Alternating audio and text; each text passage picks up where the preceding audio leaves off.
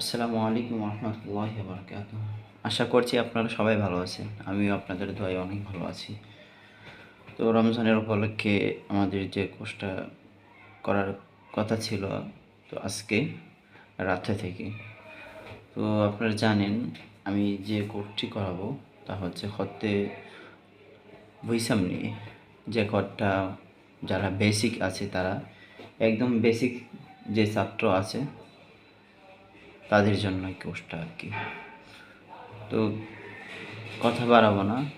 প্রথমত আপনাদের কয়েকটি জিনিস দরকার। তার মধ্যে একটি হচ্ছে বাঁশ কলম। এই কলমটা দেখছেন? বাঁশ কলম।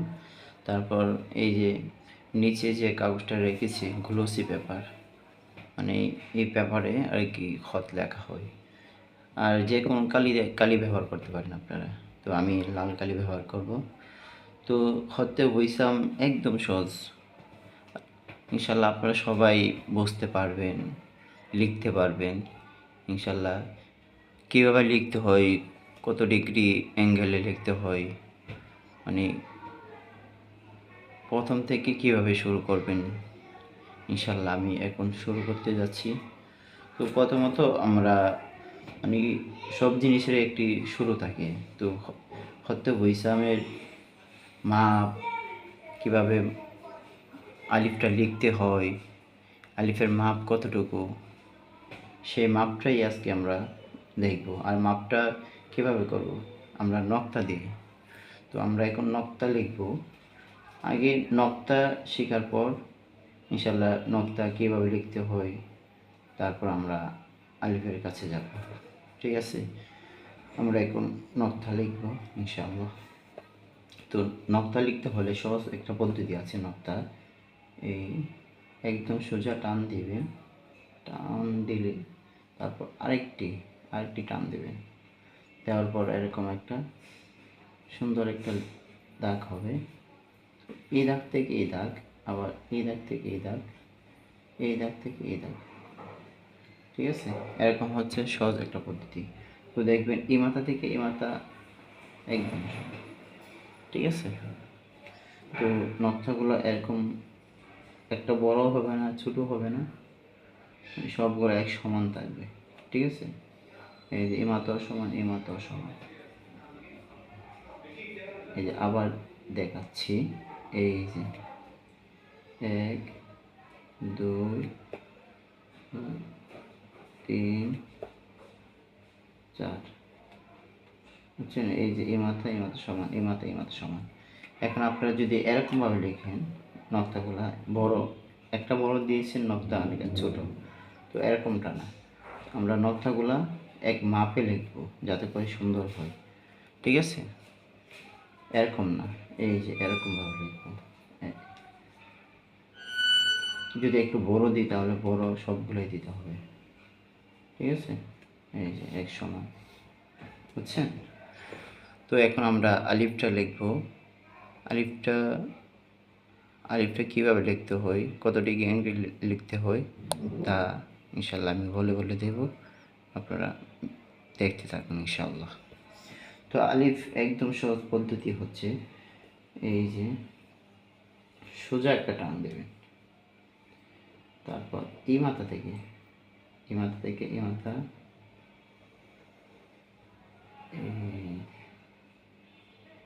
ঠিক আছে?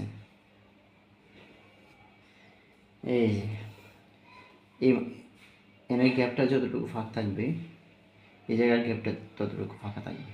ঠিক আছে? এটা হচ্ছে হতে বৈসামের আলিফ। ঠিক আছে? তো এই যে আমি নক্তাগুলো দিচ্ছি, দেখেন 1 2 3 4 5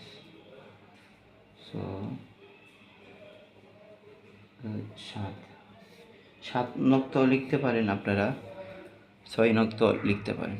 ঠিক আছে? এটা হচ্ছে খতে বৈসামের আলিফ। তো এখন আমরা বা লিখব।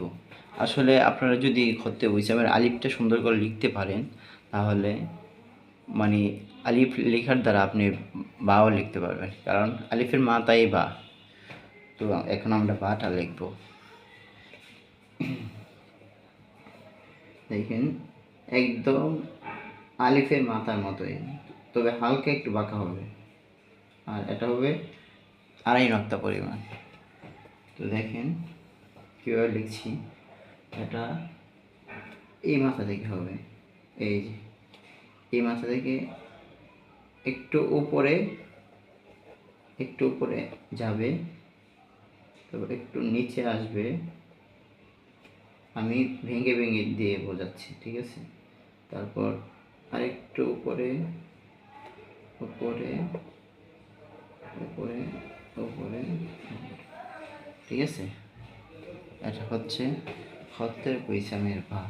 এই দেখেন এই জায়গায় ইয়ে হবে 1/2 নক্তা পরিমাণ বাঁকা, ঠিক আছে? আলিফেরটা 1/2 নক্তা থেকে একটু বেশি বাঁকা হবে মাথাটা।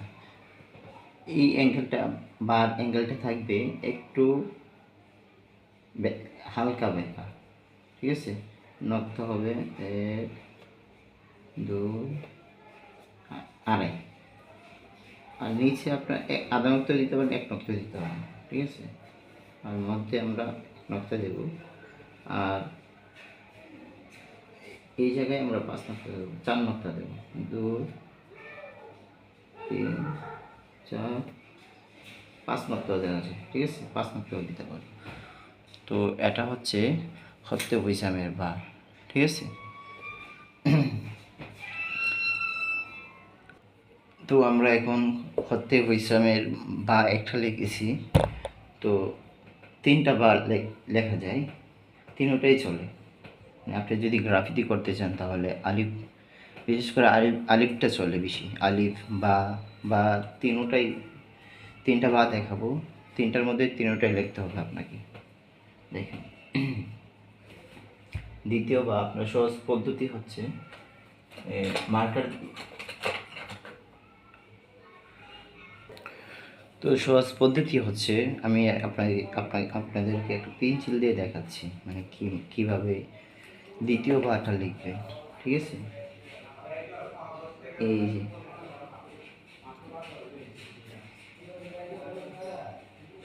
একদম গোল আকৃতির হবে এরকম, বোঝা যাচ্ছে?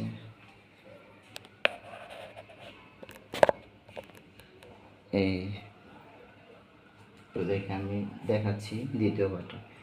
এই যে মধ্যে ধরবেন, কোনটা মধ্যে ধরে তারপর শুরু।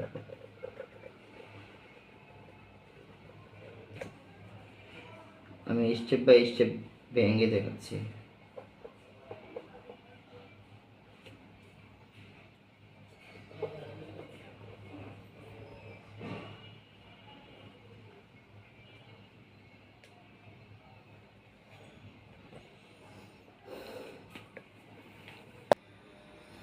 তো দেখেন এই জায়গায় একটু হালকা বাঁকা হয়, ঠিক আছে? তো নিচে 3 নক্তা পরিমাণ হবে, ঠিক আছে? যেহেতু জায়গা নেই তাহলে আমি 3 লিখে বুঝিয়ে দিয়ে দিচ্ছি। তো আপনি তো এই যে মধ্যে ফাঁকাটা হবে 1.5 নক্তা পরিমাণ, ঠিক আছে? আর উপরে 5 নক্তা পরিমাণ হবে। 1, 2, 3, 4, 5, 6 নক্তাও দিতে পারে, ঠিক আছে? আর নিচে তো আর বললামই। তো আজকে এতটুকুই থাক। আজকে আমাদের সবক হচ্ছে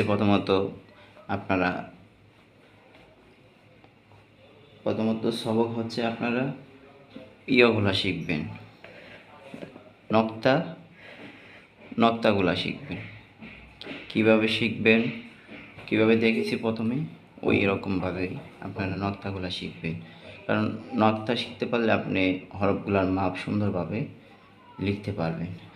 তো আজকে এতটুকুই থাক। আলিফ এবং বা আরেকটি বা আছে ইনশাল্লাহ সামনের ভিডিওতে আপনাদেরকে দেখাবো কীভাবে লিখতে হয়। তো আজকে এতটুকুই থাক। যতটুকু দিয়েছি আপনারা এতটুকুই লিখবেন এবং প্র্যাকটিস করবেন। প্রচুর পরিমাণে প্র্যাকটিস করতে হবে, ঠিক আছে? কারণ হয়তো বৈষামটা যত প্র্যাকটিস করবেন তত হাতে আসবে। তো আজকে এতটুকুই থাক। আসসালামু আলাইকুম ওয়া রাহমাতুল্লাহি ওয়া বারাকাতুহু।